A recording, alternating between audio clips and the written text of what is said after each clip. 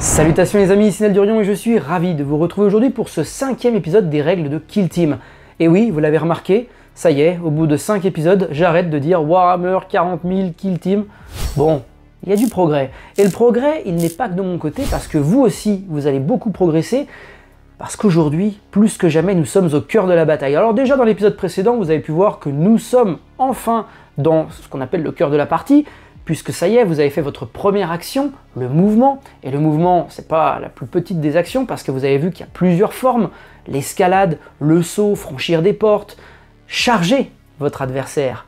Et ça, plus que jamais aujourd'hui, on va s'en servir, parce que la suite logique d'une charge de votre adversaire, eh ben, c'est de lui faire ça.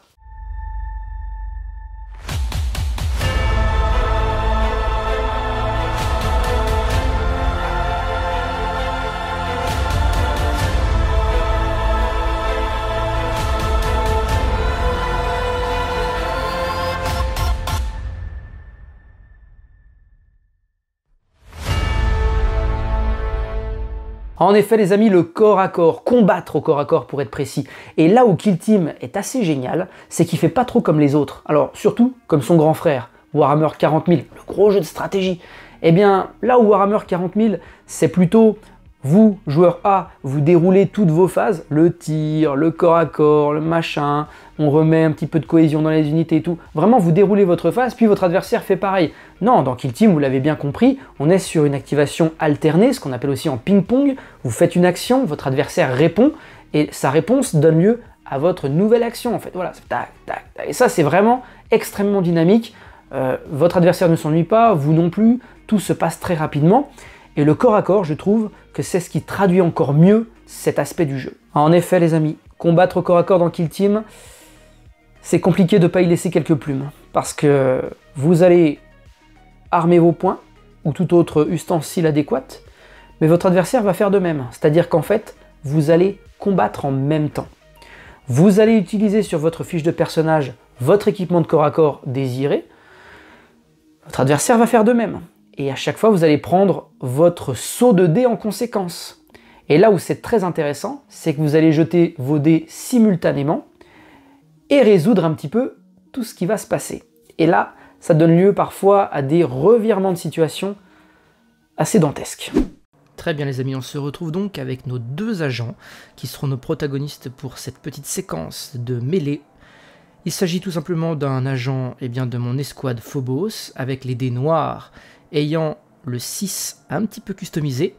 Les plus observateurs d'entre vous auront remarqué qu'il s'agit des Soul Blight, si vous connaissez un petit peu Age of Sigmar. Tandis que pour le deuxième agent, il est issu de la griffe Némésis de mon meilleur ami, justement, dont je vous parle assez souvent, et un petit jeu de dés suffisamment différent pour qu'on puisse les distinguer des autres. Alors, dans un premier temps, je vais vous rappeler un petit peu la charge, qui est la base de tout combat en mêlée. Si vous ne chargez pas votre adversaire, vous ne pourrez pas l'affronter au corps à corps. Toutefois, pour charger, souvenez-vous bien qu'il ne faut pas être en ordre dissimulé, mais en ordre engagé, donc le petit token orange. En fait, avec ce token-là, vous pouvez faire toutes les actions du jeu, tandis qu'avec dissimulé, eh bien, les actions offensives, vous oubliez. J'ai une portée de mouvement de 7, je vais donc bouger de 6, puis faire un petit mouvement d'1 pouce en direction de mon adversaire, que je mesure pour les besoins de la vidéo, mais bon, on savait très bien que j'avais la portée nécessaire. Concernant la charge, je ne vais pas vous refaire le topo, mais vous savez que pour qu'une charge puisse aboutir, il faut absolument terminer à portée de contrôle de l'adversaire. C'en est tout pour les révisions, j'espère que vous aviez suffisamment potassé la vidéo précédente, auquel cas on va donc passer à l'action de cette vidéo, à savoir combattre quand même. Voici la séquence au complet qu'on va décrypter petit à petit tout au long de cette vidéo. En vrai, c'est tellement simple que c'est pas moi qui vais vous l'expliquer, c'est ma femme. Salut tout le monde. Donc comme vous venez de le voir, il faut commencer par choisir un agent ennemi.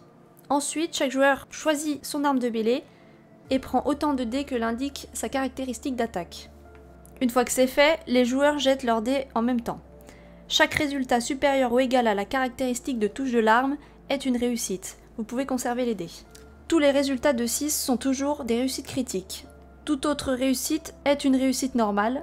En revanche, les résultats de 1 sont toujours des échecs. Merci ma chérie, je prends la suite pour les exemples. Je suis le joueur actif, je vais donc lancer mes dés.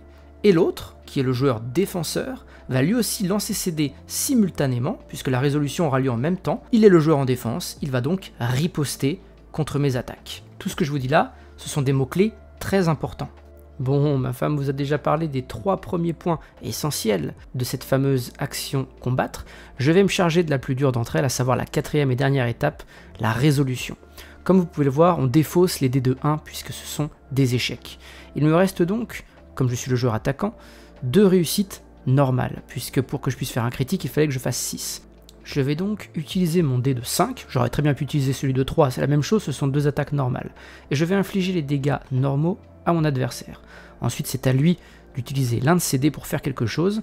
Et bien, naturellement, il va se servir d'une réussite normale pour parer mon attaque restante. Je ne pourrai donc pas l'attaquer avec mon dernier dé. C'est très important, vous avez l'opportunité d'attaquer ou bien de bloquer. Si vous attaquez, vous infligez les dommages. Si vous bloquez, vous empêchez une future attaque de votre adversaire en défaussant l'un de ses dés. Voyons un cas très sympathique dans Kill Team, à savoir porter assistance à l'un de ses camarades qui est au corps à corps engagé avec un adversaire. Mon sergent que vous connaissez un petit peu maintenant au travers de différents épisodes que je vous ai proposés vient porter assistance à son camarade de l'escouade Phobos aux prises avec la griffe Némésis. Je suis à 1 pouce, donc engagé à portée de contrôle de l'adversaire. Maintenant, dès lors que l'un de mes 2 agents attaque ou riposte contre l'agent adverse, eh bien je vais pouvoir améliorer de 1 ma caractéristique de touche de mon arme de corps à corps. Attention, cependant, les agents qui portent assistance ne doivent pas être à portée de contrôle d'un autre agent ennemi que celui ciblé. Allez, pour bien tout se mettre dans le crâne, on va se refaire une petite étape de résolution, puisque ça reste quand même l'étape la plus cruciale de cette fameuse action combattre. Hop hop hop les amis, je m'excuse, mais le 2 chez la griffe Némésis, c'est en fait un 3. Ceci étant dit, nous pouvons poursuivre. Je vais donc défausser le 1, qui est forcément un échec, idem chez mon adversaire, et maintenant, on peut commencer l'étape de résolution des réussites. Je commence par ma réussite critique, pour aller lui péter, en fait avec un blocage, sa réussite critique, car les réussites critiques peuvent bloquer les réussites critiques et normales.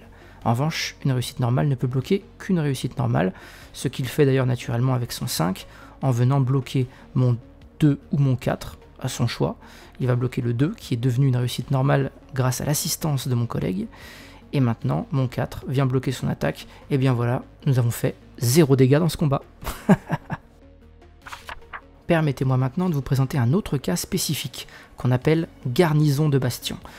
L'agent en défense, c'est mon agent Phobos qui est à l'intérieur du bastion, derrière un mur qui fait moins de 2 pouces de haut et qui permet donc une visibilité sur lui. L'agent actif qui va assaillir mon agent, c'est l'agent de Némésis, et celui-ci est à l'extérieur du bastion, c'est important.